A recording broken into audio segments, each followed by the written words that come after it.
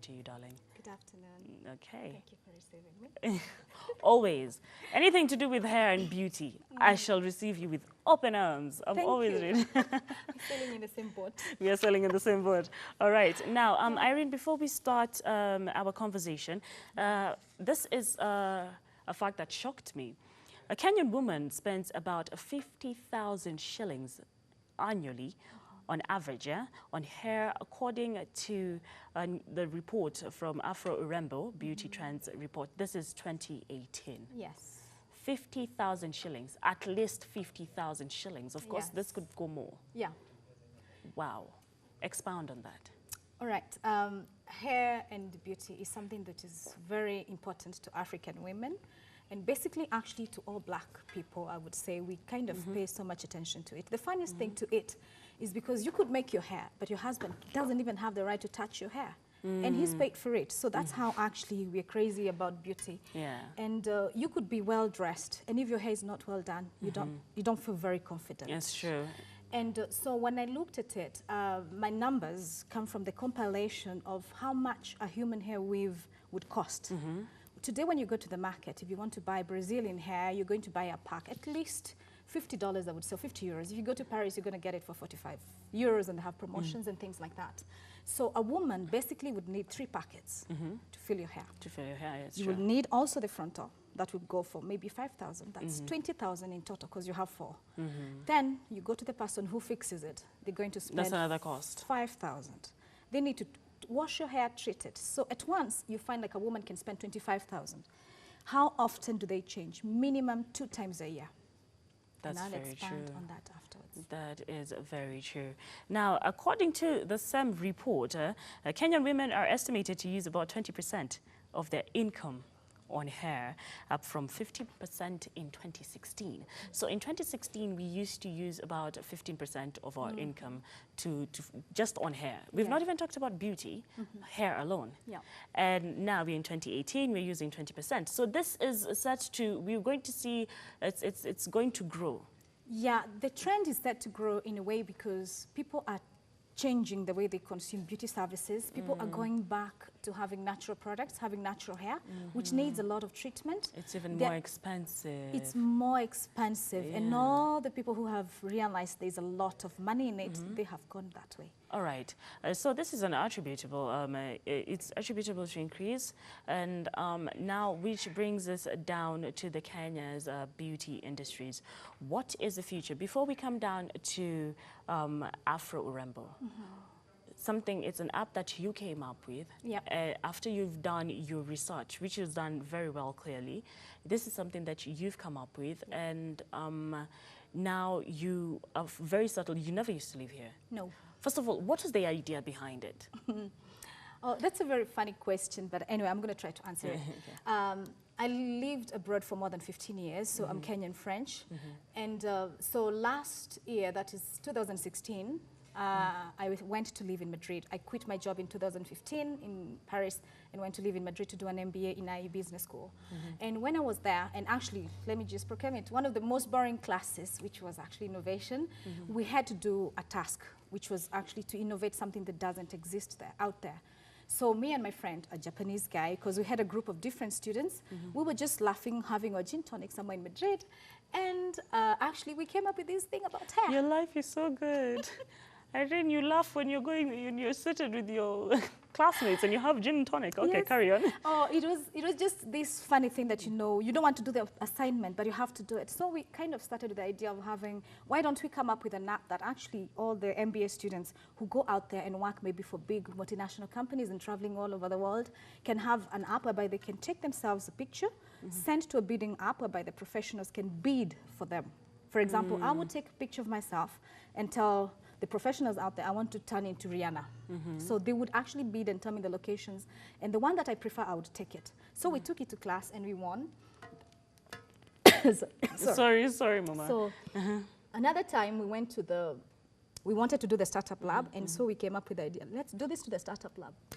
And we went in there and I was joined by different students. And we decided, let's do this actually for the same students. But when we went to pitch to investors, they always crashed us. And they told us the app exists out there. We have so many competitors out there. How are you going to put the edge? And one time we were seated around in an evening in Madrid in all the classes trying to see how we can improve. And one of the mentors whom I had actually brought to the group was not even assigned to a group, asked me, you there, what do you need? What is your problem? And I was the only African person in the group, and I was the head of that group. And I told him, as an African person, I can travel everywhere I want to go, but I can't find an app whereby I can book for beauty services. And he looked at me and told me, Erin, you need to do that. And funny enough, I even had an internship that was actually offered in Zurich, and I had to drop everything and came back to Kenya in August 2016, went round, sat in salons, asked questions, flew back to Madrid and decided to move back to Kenya in 2017. All right. So when did the app start working? The Android version came out on 30th of November. The iOS came out mid-January this year. So we had 1 month to try it, that is in December, and that was actually a little bit chaotic because the political situation was still unstable. People on the festive season, people didn't want to spend. There was this scary mood in the atmosphere. People were broke, Irene. Very much People were really broke, yeah. Yeah, I went to salons and professionals were sitting down there doing nothing. And then in January, it's a dry month normally, actually almost everywhere. So this is when now we're trying to pick up, and we have a good number of downloads and good feedback out there, but we're not set to the standard I want to set this up to be. I want every African woman, today you would go to Brazil, I want you to be able to find your beauty services. If you want to make your hair, imagine you have a wedding in Brazil today. Do you know why you would go to make your hair? Of course not. No. So if you had an app today which is actually niche to your own population, you'd feel much more better and more free to use it. So that is my dream today. All right. And so that's your goal when it comes to AfroUrembo as an application. But where do you stand now?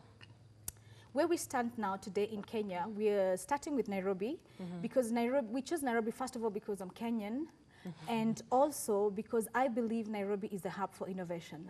And we're well known out there. If you read The Economist, you're going to see how they talk about the M-Pesa innovation, how it has triumphed. And I think we're in the right ground. And Kenyan people, they love apps. Just a very simple example. If you stand out in traffic, see those people seated in matriz or even driving their own cars, they kind of always on their phones. Yeah, everyone is always on and their so phone, you don't know, they spend a lot of time on their social media pages, and they kind of tend to be very tech savvy. So this is a right ground to test that AfroUrembo will stand. And we have professionals who actually create their own profiles, and we advise them to tell their clients to go and book them through the app, because first of all, the app will give them the schedule, we give you the price, the location, and easily you can leave a note to the professional and tell them, for example, I'll be coming with a kid, so please bear in mind, and such things. So something that doesn't exist.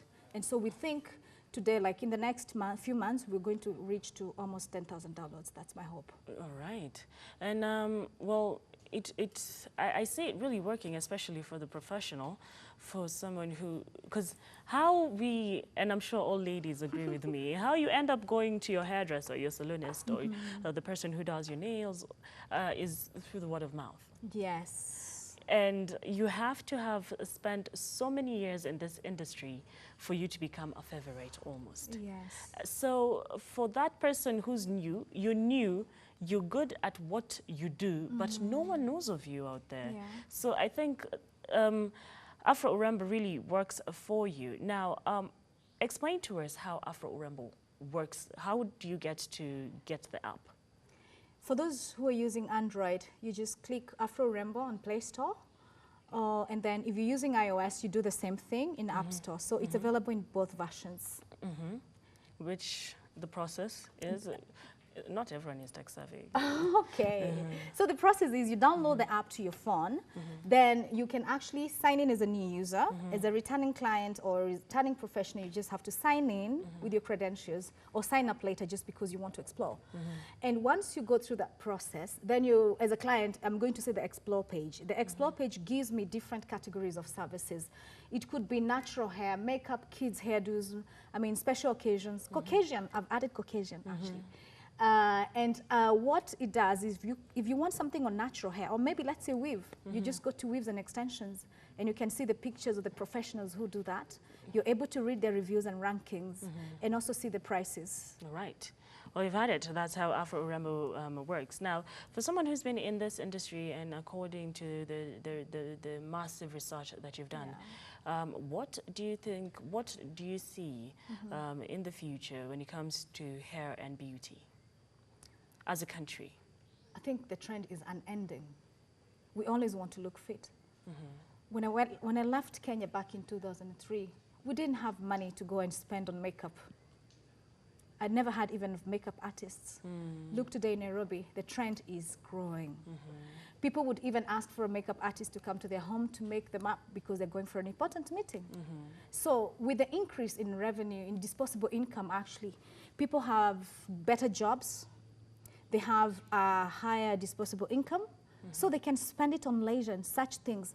So I think in the industry, we're just tapping on a gold mine. So if we do things right, we will set the trend.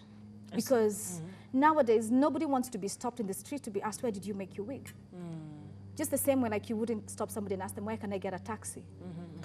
So the same trend is going because as the young generation, the millennials actually, we don't want to be stopped in the streets. We want to work on our own comfort, on our phones, on our laptops, and find everything that we need. So the trend is going to be massive. But as the trend continues to be massive, would you say it's a lucrative sector that you'd ask people to join, especially the millennial? Yeah, we're asking them to join, obviously, because they're the ones actually who kind of tend to be more tech savvy. So most of our clients, actually, the ones who are using our app currently, they're those people actually who are tech savvy. Yeah. And then there's this trend, which is very interesting. And since you're one who's more experienced in this industry and being a woman as well, you can explain this to me. Why is it that of late women prefer to have their hair being done by men as opposed to women themselves? Actually, I discovered this like a few years ago. I was traveling to Lagos and the trend is the same. You go to Abidjan, it's the same thing. You go to Dakar, it's the same thing. And when I came to Nairobi, it didn't shock me to see that. Something that didn't exist 10 years ago. And me as a woman, I don't know why, somehow we have a feeling that men will do our hair better. I'm sure maybe 60% of Kenyan women would say the same. It depends which service, by the way. Braids, we're very specific. We want women. So it depends on the service. Yes. All right. Well, thank you very much, Irene Keru. That was Irene Keru, who's the founder of AfroUrembo. Any last words from you? Guys, all of you, you're welcome to try our app, share your reviews, and let us know how you feel. Book your professionals with the app, and let them actually get used to it. Let them get used to it. Yes. All right.